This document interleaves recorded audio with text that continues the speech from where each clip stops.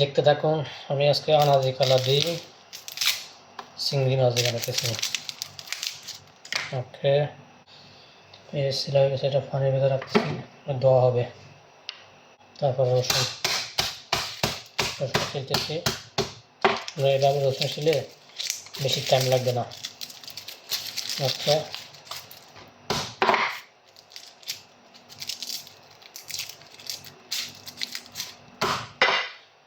একদম সহজে রনগুলো ছিল হয়ে গেছে শর্টকাট।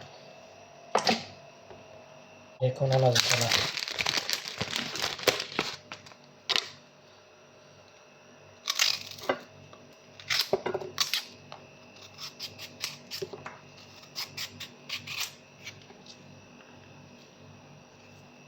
বেশ ছিল হয়ে গেছে। আনাজ কলা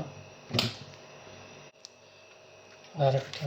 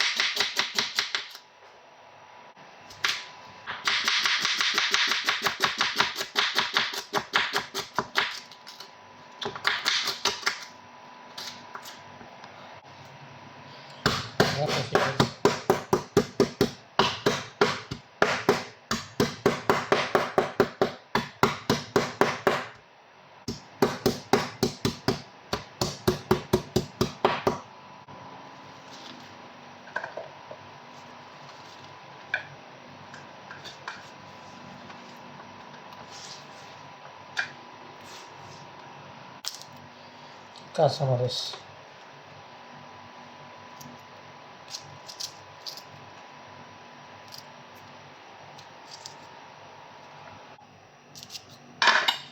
কাঁচামরিচগুলো দিতে হবে পরিমাণ মতো। একটা লেবু কাইটা এভাবে চিপে ইসা মাছের উঠে দিয়ে দিলে এগুলো একটা ইসা মাছের একটা বাস আছে না, বাসগুলো চলে যাবে। ঠিক আছে, হালকা লবণ দিয়ে দিবেন, লবণ দিলে ওইটা বাসটা চলে যাবে। চুলার আগুন জ্বালাচ্ছি, জ্বালানোর পরে এই পাতিল বসাচ্ছি। ইসা মাছগুলো হালকা হলুদ দিয়ে মেখে নিচ্ছি। ইসা মাছ এটা দুই ভাগে ভাগ হবে, একটা ফ্রাই হবে আর এইগুলোই ওই আনাজে গেলাতে রান্না হবে। রান্না সম্পূর্ণ প্রসেসিং দেখতে থাকুন।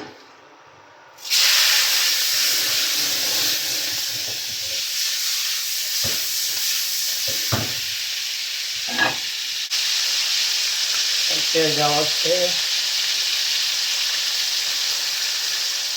দিয়ে দিতেছি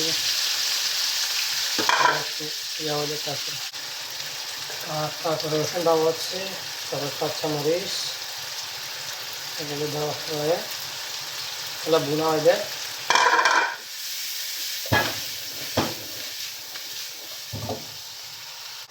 হালকা লবণ দিয়ে দিচ্ছি যাতে পেঁয়াজগুলো গলে যায়। নাড়ে দিচ্ছি,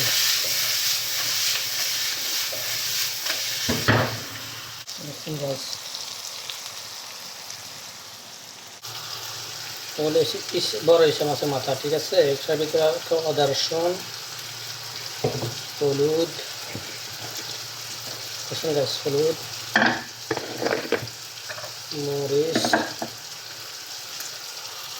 হালকা লবণ পরিমাণ মতো ভালো মতো মেখে ফেলবো। এটা ফ্রাই হবে বড় মাছের মাছ। তবে তো হালকা লেবু দেওয়া হবে, লেবু দিলে টেস্টটা একটু বাড়ি যায়।